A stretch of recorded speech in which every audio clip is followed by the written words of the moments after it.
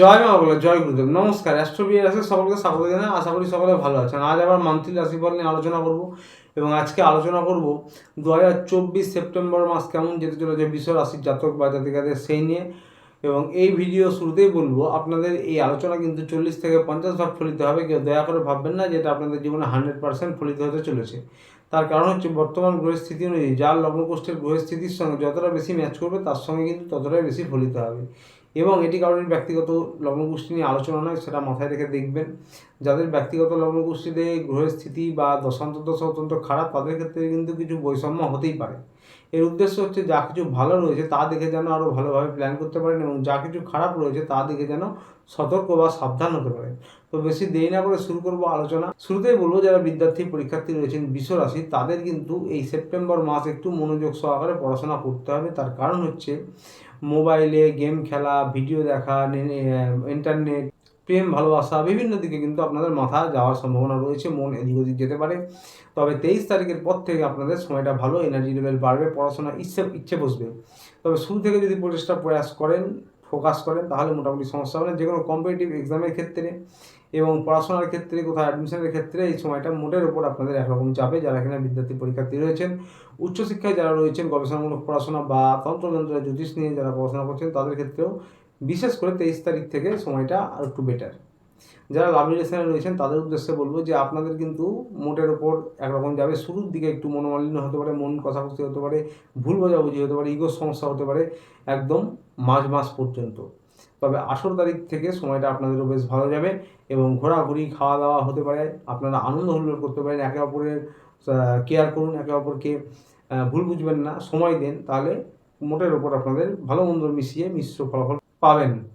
যারা husband wife রয়েছেন তাদের উদ্দেশ্যে বলবো যে আপনাদের কিন্তু 7 নম্বর হাউসে দেবগুরু বৃহস্পতির দৃষ্টি রয়েছে, দেবগুরু বৃহস্পতির দৃষ্টিতে অমৃত রয়েছে। কিন্তু একটা বিষয়, রাহু দৃষ্টিও রয়েছে। তো রাহু দৃষ্টি যেহেতু রয়েছে, তো ভুল বোঝাবুঝি হতে পারে, ইগোর সমস্যা হতে পারে এবং সন্দেহ করতে পারেন, এরকম সমস্যা হতে পারে এই মাসটিতে।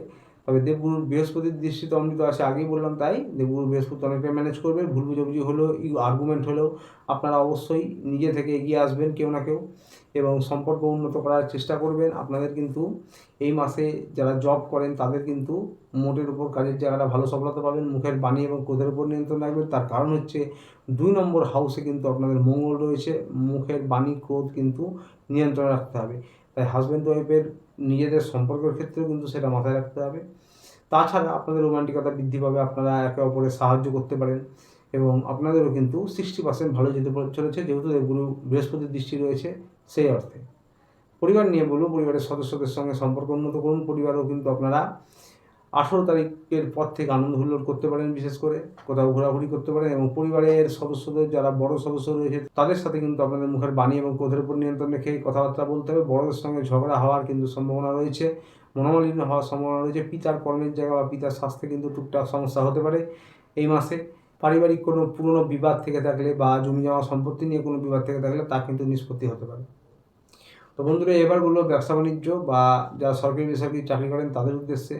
আপনাদের কিন্তু 9 নম্বর হাউস হচ্ছে ভাগ্যের হাউস এবং সেই ভাগ্যের হাউসে কিন্তু দেবগুরু বৃহস্পতির দৃষ্টি। 10 নম্বর হাউসে শনিদেব বক্রী হয়ে বসে রয়েছেন স্বক্ষেত্রে। এবারে বক্রী গ্রহের কিন্তু প্রভাব বেড়ে যায়, তাই শনিদেব কিন্তু খুব ভালো প্রভাব দিতে চলেছেন আপনাদের 10 নম্বর হাউসে কর্মের জায়গায়। কর্মের দ্বারা ভাগ্য উন্নতি করতে পারবেন আপনারা এই মাসে এবং আপনাদের কর্মব্যস্ততা বেড়ে যাবে। এক জায়গা থেকে আরেক জায়গায় গিয়ে বা বাড়ি থেকে দূরস্থানে গিয়ে আপনাদের কাজ করতে হতে পারে। আপনাদের কিন্তু নতুন কোনো কাজ করার, অনেকের ক্ষেত্রে কোনো নতুন কাজ করার সম্ভাবনা হতে পারে, নতুন কোনো কাজ শুরু করতে পারেন এবং আপনাদের কর্মব্যস্ততা বেড়ে যাবে। আপনারা কিন্তু ব্যস্ত হয়ে পড়বেন এই মাসে। আপনাদের কর্মের জায়গাটা যেহেতু শনিদেব স্বক্ষেত্রে বসে রয়েছে ক্ষমতা বাড়িয়ে বক্রী হয়ে, তাই আপনাদের কর্মে কিন্তু ভীষণ সফলতা পাবেন, ধীরে ধীরে পেলেও সফলতা পাবেন। কর্মের দ্বারা ভাগ্য উন্নতি হবে, কিন্তু শনিদেব ন্যায়ের দেবতা এবং কর্মের দেবতা, তাই কর্ম পরিশ্রম প্রয়াস যারা করছেন তাদের উদ্দেশ্যে বলছি, আপনাদের কিন্তু অর্থনৈতিক পরিকাঠামো ভালো থাকবে। যা প্রচেষ্টা প্রয়াস করবেন ভাগ্য সাথ দেবে, নতুন কিছু করতে পারেন, নতুন কোনো ব্যবসা, বড় কোনো ডিল। তবে জমি বাড়ি ক্রয় করলে কিন্তু ভাবনা চিন্তা করে করবেন এবং যারা সরকারি বেসরকারি চাকরি করেন তাদের উদ্দেশ্যে বলবো যে আপনারা পদোন্নতি প্রমোশন করতে পারেন, দূরস্থানজনিত যে কোনো কাজে সফলতা পেতে পারেন, কিন্তু ধীরে ধীরে হতে পারে। তাই মনোবল হারাবেন না, প্রচেষ্টা প্রয়াস চালিয়ে যান। আপনাদের কিন্তু ম্যানেজার, সিনিয়র বস বা সিনিয়র কলিগ যারা রয়েছে তাদের সঙ্গে সম্পর্ক উন্নত করতে হবে, নাহলে কিন্তু অফিস পলিটিক্স হতে পারে। এছাড়াও 11 নম্বর হাউসে কিন্তু 11 নম্বর হাউস মানে লাভ ভাব বা সাকসেসের জায়গা, সেইখানে রাহু বসে আছে। বুদ্ধি, তীক্ষ্ণতা, কূটনীতি এইগুলি আপনারা অ্যাপ্লাই করতে পারবেন, কিন্তু রাহু যেহেতু রয়েছে হঠাৎ সিদ্ধান্ত নেবেন না, হুটহাট কোনো সিদ্ধান্ত নেবেন না। ব্যবসায়িক ক্ষেত্রে যে কোনো সরকারি বেসরকারি চাকরি যারা করছেন তাদের উদ্দেশ্য বলছি, হুটহাট সিদ্ধান্ত নেওয়ার সম্ভাবনা রয়েছে। মুখের বাণী এবং ক্রোধের উপর নিয়ন্ত্রণ রাখবে। 2 নম্বর ঘরে কিন্তু মঙ্গল রয়েছে, খরচা বৃদ্ধি করাবে। ব্যাংক ব্যালেন্স জমানোর ক্ষেত্রে এই মাসে কিন্তু যতটা চাইবেন ততটা নাও জমানো হতে পারে, খরচা বৃদ্ধি করাবে, হুটহাট হতকারী সিদ্ধান্ত নেওয়ার সম্ভাবনা হবে। এই বিষয়গুলো খেয়াল রাখবেন, মুখের বাণী ক্রোধের উপর নিয়ন্ত্রণ রাখবেন।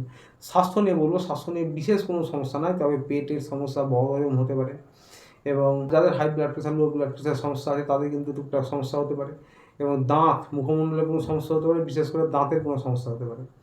প্রতিকার নিয়ে বলবো, বৃষরাশি জাতক বা জাতিকারা যারা রয়েছেন আপনাদের কিন্তু প্রত্যহ যদি কোনো গুরুদেবের দীক্ষা না নিয়ে থাকেন তাহলে ওম ক্লিং কৃষ্ণায় নমঃ, আবারও বলছি ওম ক্লিং কৃষ্ণায় নমঃ, অর্থাৎ কৃষ্ণায় নমঃ আমরা সকলে জানি, কিন্তু ওম ক্লিং কৃষ্ণায় নমঃ, ওম ক্লিং কৃষ্ণায় নমঃ এই মন্ত্রটি যদি 108 বার জপ করতে পারেন চোখ বন্ধ করে, ধ্যানের মতন 2 মিনিট 3 মিনিটও করতে পারেন প্রত্যহ, তাহলে অত্যন্ত ভালো প্রতিকার হবে।